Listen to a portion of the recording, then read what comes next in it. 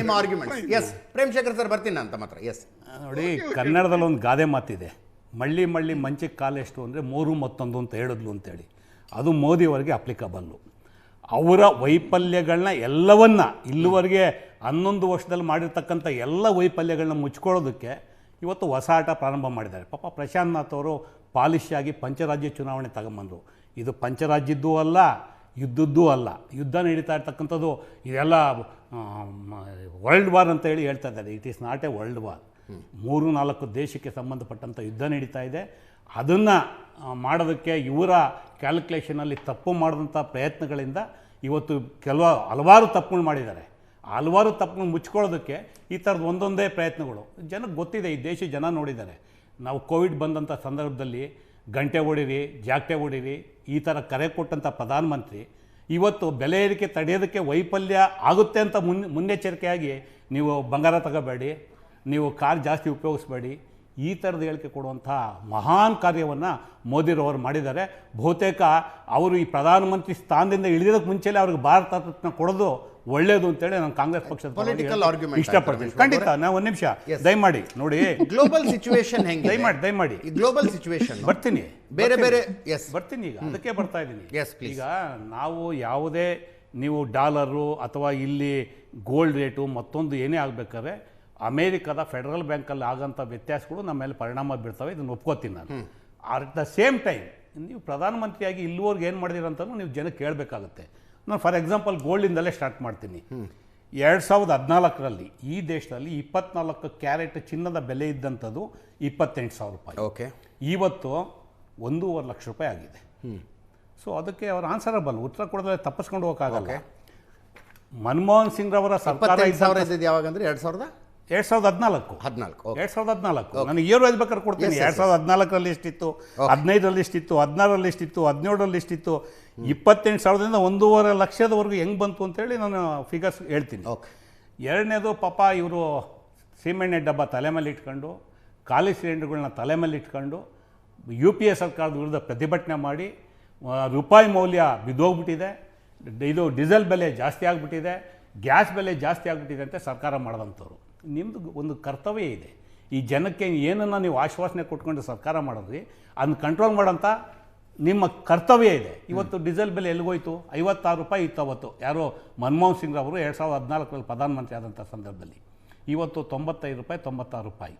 Petrol 60-62 ರೂಪಾಯಿ ಇತ್ತು. ಇವತ್ತು 102 ರೂಪಾಯಿ, 103 ರೂಪಾಯಿ. ಈಗ ಇನ್ನು 10 ರೂಪಾಯಿ 15 ರೂಪಾಯಿ ಜಾಸ್ತಿ ಆಗೋಕ್ಕೆ ಇಟ್ಕೊಂಡು ಅದನ್ನು ಸುಮ್ಮನೆ ಪಂಚರಾಜ್ಯ ಚುನಾವಣೆ ಮತ್ತೊಂದು ಅವೆಲ್ಲ ಅಲ್ವೇ ಅಲ್ಲ. ಇವ್ರಿಗೆ ಗೊತ್ತು ಬೆಲೆ ಏರಿಕೆ ಮಾಡೇ ಮಾಡ್ತೀವಿ ಅಂತ. ಅದಕ್ಕೆ ಪಾಪ ಸಕಾರಣಗಳನ್ನ ಹುಡ್ಕೋದಕ್ಕೆ ಕೊಟ್ಟಿದ್ದಾರೆ.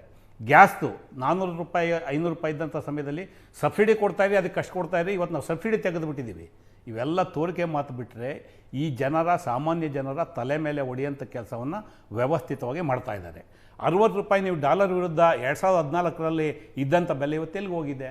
ಯಾರು ಕಂಟ್ರೋಲ್ ಮಾಡಬೇಕಾಯಿತು? ಯುದ್ಧದ ಬಿಟ್ಬಿಡಿ. ಈಗ 6 ತಿಂಗಳಿಂದ ಯುದ್ಧದ ಮಾತು ಹೇಳ್ತಿದ್ದೀರಾ. ಅದಕ್ಕೆ ಮುಂಚೆ ಏನಿತ್ತು ನಿಮ್ಮದು? ಆ ಪ್ರಶ್ನೆಗೆ ನಾನು ಉತ್ತರ ಇಲ್ಲ, ಒಂದು ನಿಮಿಷ ತಾವಾಗಲೇ ಇರಲಿ, ಒಂದು ನಿಮಿಷ ಬರ್ತೀನಿ. ತಾವು ಕಚ್ಚಾ ತೈಲದ ಬಗ್ಗೆ ಮಾತಾಡಿದ್ರಿ. ತಾವು ಪ್ರಾಸಂಗಿಕವಾಗಿ 40 ರೂಪಾಯಿ 50 ರೂಪಾಯಿ, 40 ರೂಪಾಯಿ 50 ರೂಪಾಯಿ ಅಲ್ಲ, ನಾವು 56 ರೂಪಾಯಿ ಡೀಸೆಲ್ಲು, 62 ರೂಪಾಯಿ ಪೆಟ್ರೋಲ್ ತಗೋಬೇಕಾದ್ರೆ $107 ಡಾಲರ್ ಬೆಲೆ ಇದ್ದಿಂದ ಒಂದು ಬ್ಯಾರಲ್ಗೆ ಕಚ್ಚಾ ತೈಲಕ್ಕೆ. ಅದಾದಮೇಲೆ ಮೋದಿ ಸರ್ಕಾರದಲ್ಲಿ 28 ರೂಪಾಯಿಗೆ ಇಳಿತು ಕಚ್ಚಾ ತೈಲ ಪರ್ ಬ್ಯಾರಲ್. ಒಂದು $28 ಇಳಿತು. ಎಷ್ಟು ಮಾಡೋದು ನೀವು ಪೆಟ್ರೋಲ್ ಡೀಸೆಲು? ಏನು ಕಡಿಮೆ ಮಾಡಿದ್ರ? ಇವತ್ತೆಷ್ಟಿದೆ? ಇವತ್ತು ಯುದ್ಧಕ್ಕೋಸ್ಕರ $100 ಕ್ರಾಸ್ ಆಗಿದೆ. ಬಟ್ ಯುದ್ಧಕ್ಕೆ ಮುಂಚೆ ಏನಿತ್ತು ಪರಿಸ್ಥಿತಿ? ಯಾವ ಥರ ಕಡಿಮೆ ಆಯಿತಾ? ಇವತ್ತು ಬಂದ್ಬಿಟ್ಟು ತೆಲಂಗಾಣದಲ್ಲಿ ಒಂದು ಭಾಷಣ, ಬೆಂಗಳೂರಲ್ಲಿ ಒಂದು ಭಾಷಣ, ಮನ್ ಕಿ ಮಾತಲ್ಲಿ ಒಂದು ಭಾಷಣ, ಪ್ರತಿಯೊಂದಕ್ಕೂ ಬರ್ತೀನಿ. ಎರಡು ಪ್ರಶ್ನೆಗಳಿದಾವೆ before I go to break. ಮೊದಲನೇದಾಗಿ, it is a global crisis. It is not a global crisis. It is not a global crisis. ನೋಡಿ, ಯುದ್ಧ ಆಗ್ತಾ ಇರ್ತಂಥದ್ದು ರಮೇಶ್ ಬಾಬು ಅವರೇ ಗ್ಲೋಬಲ್ ಯುದ್ಧ ಆಗ್ತಾ ಇಲ್ಲ. ದಯಮಾಡಿ ಬೇರೆ ಕಂಟ್ರಿಗಳೆಲ್ಲ ಆರಾಮಾಗಿದ್ದಾವೆ. ನೀವು ನಿಮ್ಮ ಟ್ರಂಪ್ 25% 60% ತನಕ ಪೆಟ್ರೋಲ್ ಡೀಸೆಲ್ ರೇಟ್ ಜಾಸ್ತಿ ಮಾಡಿರುವ ದೇಶಗಳು ಇದಾವೆ. ದಯಮಾಡಿ ನಾನು ಮುಗಿಸ್ತೀನಿ. ಸರ್, ಒಂದು ಪ್ರಶ್ನೆ ಆ್ಯಡ್ ಮಾಡ್ತೀನಿ, ಆಮೇಲೆ ಹೇಳಿ. ಟ್ರಂಪ್ ಕ್ರೈಸಿಸ್ ವಿತ್ ಮೋದಿ ಅಂತೇಳಿ ಅಗ್ರಿ ಮಾಡ್ತೀನಿ. ಓಕೆ, ಗ್ಲೋಬಲ್ ಕ್ರೈಸಿಸ್ ಅಂತ ಅಂದ್ರೆ ಯಾವ ದೇಶದಲ್ಲೂ ಆಗದೆ ಇರೋ ಸಮಸ್ಯೆ ಭಾರತದಲ್ಲಿ ಯಾಕೆ ಆಗ್ತಿದೆ ಅಂತ? Because of Modi policy. ಅಲ್ಲ, ಆಗ್ತಾ ಇದೆ ಅಂತ ಯಾವ ದೇಶದಲ್ಲೂ ಪ್ರಾಬ್ಲಮ್ ಆಗಿದೆ. ಬೇರೆ ದೇಶದಲ್ಲಿ ಆಗಿದೆ, ಕಡಿಮೆ. ಸಂಖ್ಯೆ ಕಡಿಮೆ, ಗ್ಲೋಬಲ್ ವಾರ್ ಅಲ್ಲ ಇದು, Okay. ಲಿಮಿಟೆಡ್ ವಾರು. ಪಶ್ಚಿಮ ಏಷ್ಯಾದಲ್ಲಿ ಆಗ್ತಾ ಇರ್ತಕ್ಕಂಥದ್ದು 4-5 ದೇಶಕ್ಕಾಗಿರ್ತಕ್ಕಂಥ ವಾರ್ ಬಿಟ್ಟರೆ it is not a global war. ಯಾರು ಮೋದಿ ಭಕ್ತರಿದ್ದಾರೆ, ಮೋದಿ ಅನುಯಾಯಿಗಳಿದ್ದಾರೆ, ಇದನ್ನು ಗ್ಲೋಬಲ್ ವಾರು ಇಡೀ ಪ್ರಪಂಚದಲ್ಲಿ ಆಗ್ಬಿಟ್ಟಿದೆ, ಇಡೀ ವಿಶ್ವದಲ್ಲಿ ಆಗ್ಬಿಟ್ಟಿದೆ. ಸೊ ಭಾರತದ ಸಪ್ಲೈ ಚೈನ್ ಮೇಲೆ ಇದರಿಂದ ಏನು ಇಂಪ್ಯಾಕ್ಟ್ ಆಗಿಲ್ಲ? ಅದನ್ನೇ ನೀವು ಕೊರೋನಾದಲ್ಲಿ ಹೇಳಿದ್ರಲ್ಲ, ಗಂಟೆ ಹೊಡೆದ್ರಿ ಜಾಗಟೆ ಬಡಿಸ್ರಿ, ಅದೇ ಕೆಲಸ ಈಗ ಮಾಡಕ್ ಕೊಟ್ಟಿದ್ದಾರೆ. ನೀವು as A prime minister totally failed. Okay, ಈ ದೇಶದ ಬೆಲೆ ಏರಿಕೆ ನಿಗ್ರಹ ಮಾಡೋದಕ್ಕಾಗಲಿ, ಜನಸಾಮಾನ್ಯರ ನಾಡಿ ಮಿಡ್ತವನ್ನ ಅರ್ಥ ಮಾಡೋದಕ್ಕಾಗಲಿ ನಿಮ್ಮ ಕೈಲಿ ಆಗಿಲ್ಲ. ಅದಕ್ಕೆ ಇದನ್ನ ಲಿಂಕ್ ಮಾಡಿ ಹೇಳ್ತಾ ಇದ್ದಾರೆ. ಒಂದೇ ಒಂದು ನಿಮ್ಗೆ ಸಂಖ್ಯೆಯನ್ನು ಕೊಡೋದಕ್ಕೆ ಇಷ್ಟಪಡ್ತೀನಿ. ಈಗ ಅಪಾಯಿಂಟ್ಮೆಂಟ್ ವಿಷಯಕ್ಕೆ ಲಿಂಕ್ ಮಾಡಿ ಹೇಳ್ತೀನಿ. ಎಷ್ಟು ಅಪ್ಲಿಕೇಶನ್ ಬಂದಿದೆ 2022ರಲ್ಲಿ ರಿಕ್ರೂಟ್ಮೆಂಟ್ ಡ್ರೈವ್ ಅಂತ ಮಾಡಿದ್ರಲ್ಲ, ಎಷ್ಟು ಕೋಟಿ ಅಪ್ಲಿಕೇಶನ್ ಬಂತು ಸ್ವಾಮಿ ಮೋದಿರವ್ರೆ? ಉತ್ತರ ಕೊಡಬೇಕಲ್ಲ. 22 ಕೋಟಿ ಅಪ್ಲಿಕೇಶನ್ ಜನ ಉದ್ಯೋಗಕ್ಕೆ ಅರ್ಜಿ ಹಾಕಿದ್ರೆ ಎಷ್ಟು ಉದ್ಯೋಗ ನೀವು ಕೊಟ್ರಿ?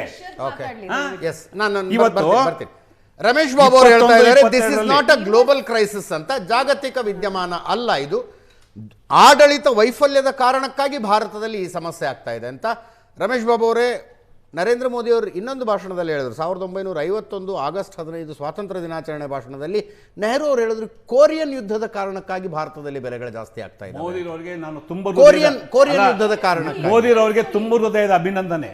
ಕನಿಷ್ಠ ಒಂದು ಪ್ರಕರಣದಲ್ಲರೂ ನೆಹರು ಜ್ಞಾಪಿಸ್ಕೊಂಡಿದ್ದೀರಾ. ನೆಹರೂರ್ನ ಅವತ್ತು ಭಾರತದ ಟೀಕೆ ಮಾಡೋಂಥ ಮನುಷ್ಯ ಕನಿಷ್ಠ ಈಗ್ಲಾದ್ರೂ ನೀವು ಕೊರಿಯಾ ಯುದ್ಧಕ್ಕಾದ್ರೂ ಅಥವಾ ಅವತ್ತಿನ ಪರಿಸ್ಥಿತಿಗಾದ್ರೂ ನೆಹರು ನೆನೆಸ್ಕೊಂಡಿದ್ದೀರಾ, ಅಭಿನಂದನೆ. ಈ ದೇಶಕ್ಕೆ ಸ್ವಾತಂತ್ರ್ಯ ಬಂದಾಗ ನಮ್ಮ ಬಜೆಟ್ 200 ಕೋಟಿ, ಇವತ್ತು 45 ಲಕ್ಷ ಕೋಟಿ. 200 ಕೋಟಿ ಬಜೆಟ್ ಇದ್ದಂಥ ಸರ್ಕಾರಕ್ಕೆ ಹೋಲಿಕೆ ಮಾಡ್ಕೊಂಡು ಪಲಾಯನ ಮಾಡಬೇಡಿ, ನಿಮ್ಮ ಜವಾಬ್ದಾರಿ ನಿರ್ವಹಣೆ ಮಾಡಿ.